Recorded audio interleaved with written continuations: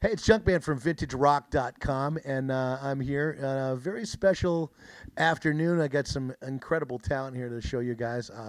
Collectively, right over here, I've got keyboard player extraordinaire, Mr. Keith Emerson.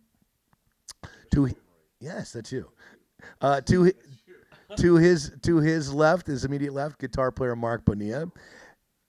Well, and yeah, and to his right, I have the maestro himself, Terje Mikkelsen, collectively known as the Three Fates. Gentlemen, how are you? Congratulations on a pretty special new release, the Three Fates. First off, I want to know um, to Keith and to Mark.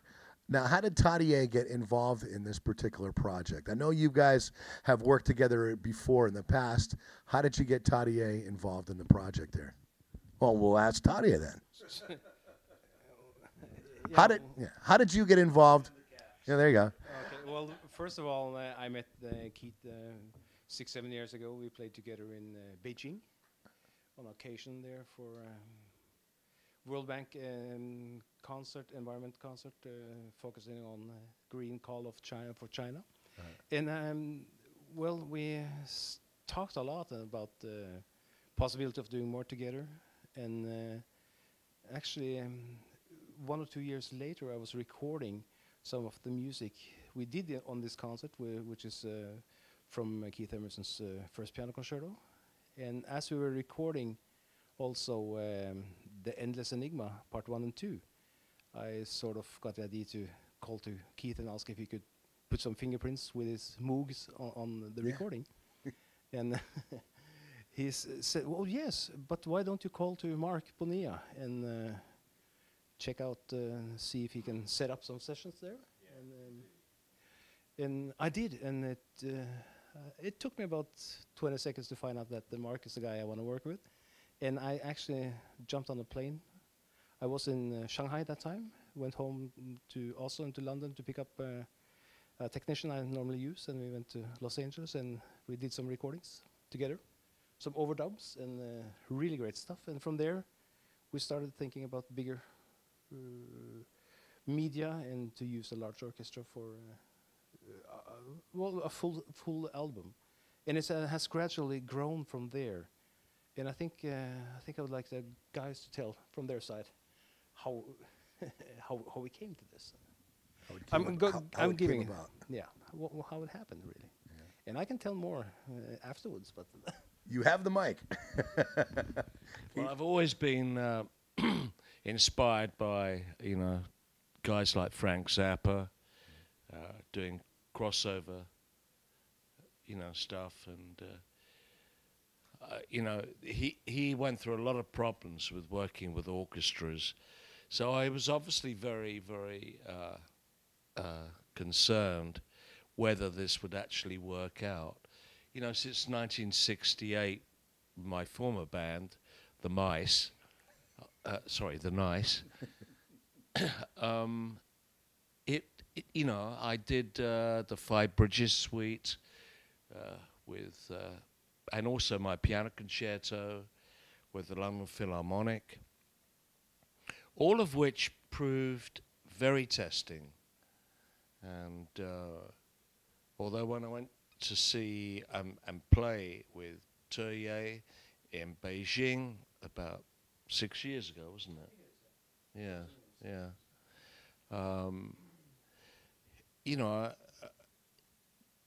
I could see where the guy was coming from, and he doesn't give up. He's very persistent. So therefore, I just pursued. I still didn't think it would work, but the orchestrations were coming up. Pieces from Charkis, from ELP, and the Endless Enigma seemed to, for me, reach a new realization, and glorious, because when I was writing these pieces back in the early 70s, I'd always hoped that one day that an orchestra would actually do it, but I never thought it would be possible. Right. And Terje got that together, and quite honestly, I couldn't have done it without this man here, who made that crossover element, which I think is so important in today's younger generation of musicians.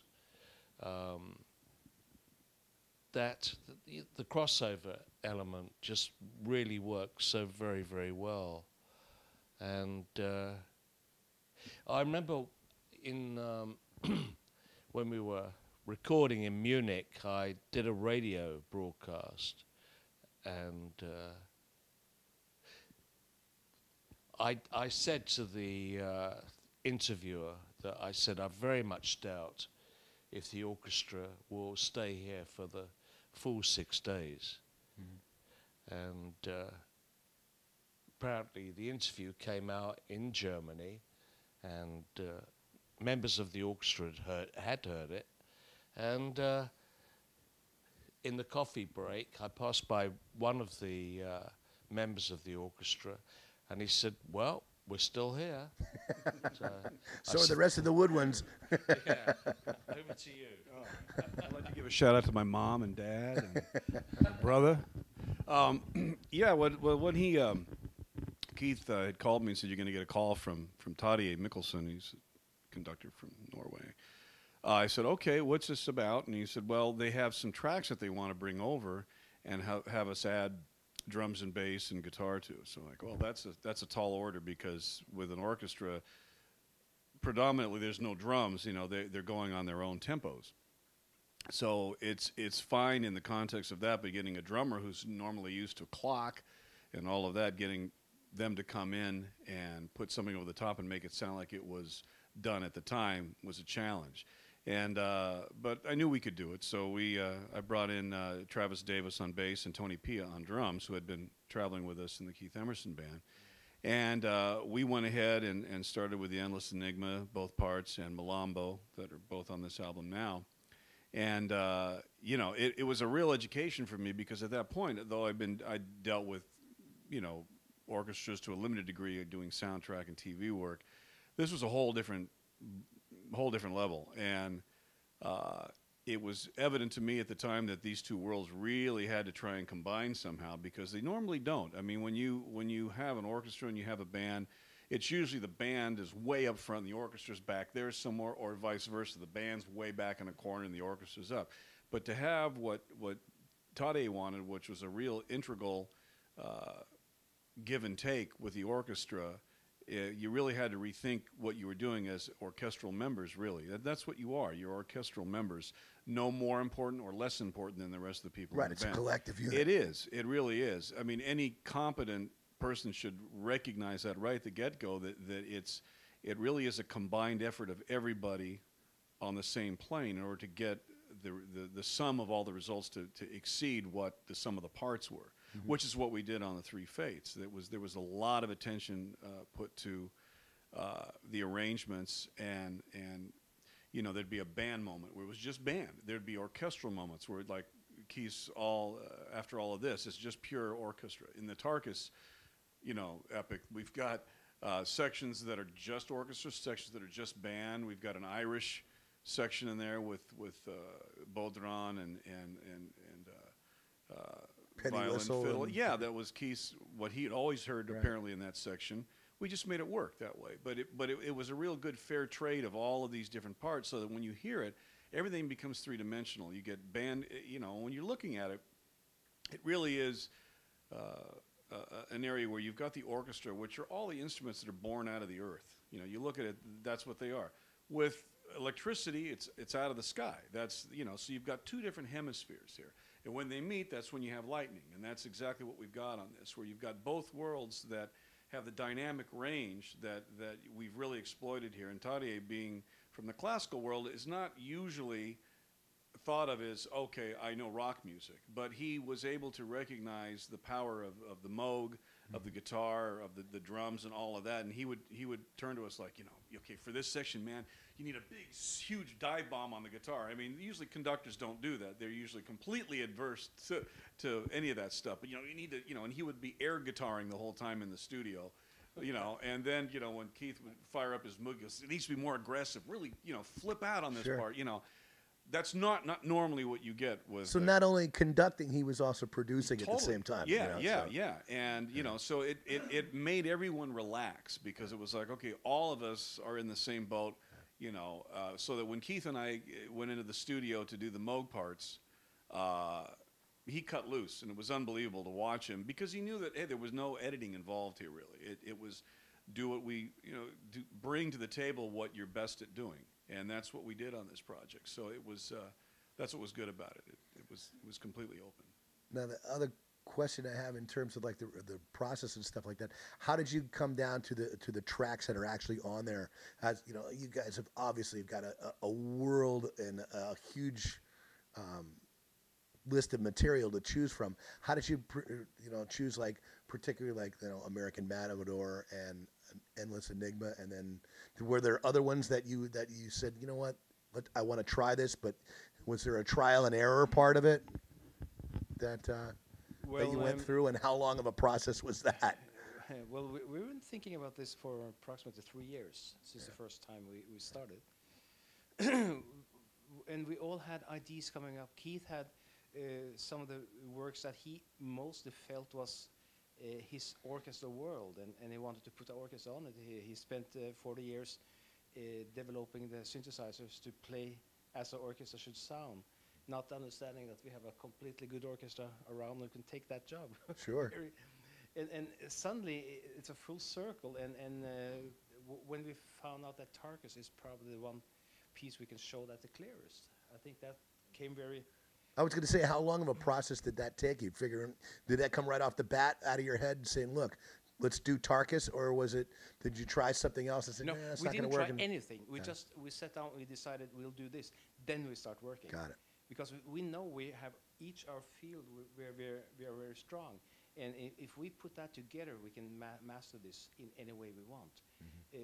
But from my side, I thought it was very important to focus a little bit on what I felt was coming from the classical world. My teachers, when I was young, they were sort of telling that this guy, he's criminal. He's destroying they look down on rock classical musicians. music and breaking it down. Sure. And they thought me, no, you have to wait. They thought me not to like what he was doing. Right. And of course, secretly I was listening, and I was a great fan of this. And when I got to know Keith better, he showed me letters from Ginastera, Alberto Ginastera. I heard a tape, a recording tape, where Aaron Copland was telling about this, giving him permission to do this. Right. And I thought, I want to show people that this guy, not only he is good, but he was allowed to do it. Sure. He didn't get permission from Tchaikovsky, he didn't get from Sibelius, I know for a fact. But there were those where he could get permission. Well, I think they weren't around by the time he was wanting to record them either, right? I think, yes. Exactly. No. Exactly. But so one thing I really want to do was to play the original Aaron Copland fanfare for the Common Man, and then have that go straight into the verse that Keith and also Marc together has sort of developed for this album, but Keith was famous for doing 35 years ago. Which is why it's in two parts. Yes. And that's because Aaron Copland says on the tape that I decided, because such good musician, I accepted that they do this with my music, especially because they start with it original, they end more or less original. Right. And he said, to quote, "What's going on in between, I'm not sure if I understand." He said, but it's a marvelous rock and roll part, and really powerful. We're ending the album with this. Then the same with Ginastera Malambo, just to show that Keith had okay to do it. And sort of a little hello to my teachers, which were wrong, and probably they will never understand that. But did you see the same kind of influence in Marc's American Matador as well? Well, actually, I wanted to have that. I asked if he would like to do that with orchestra, because I felt that we could probably lift maybe not lift it, but give it a new perspective. And such a wonderful guitar player, which I play with a lot of very, very good soloists in the classical world. And for me to play with Keith and Mark, it's like my everyday top soloists. Wow. There's no difference because they master their instruments 100%. And Note the smiles coming out of no, their faces right now. this is not. This is. That's why we succeeded, because I saw when we came on stage in Munich, started recording, musicians sitting in the orchestra say, okay, here comes somebody, they don't read music, they are not prepared. They came in and they nailed it. Yeah. So the musicians in the orchestra, oops, they were the ones having trouble. Sure. So we need to rehearse a lot. And gradually, there was a mutual respect between the orchestra musicians and Mark, Keith, and the band musician. And vice versa. And we all found out that, if we talk about top level, it's top level anyway. Doesn't matter what we call the style, doesn't matter what the instruments are. We are musicians working on the top level, and we found each other on that, on the podest there. Well, as they say, it's the international language, Yeah, so it is, basically for sure, yes. that's what it is.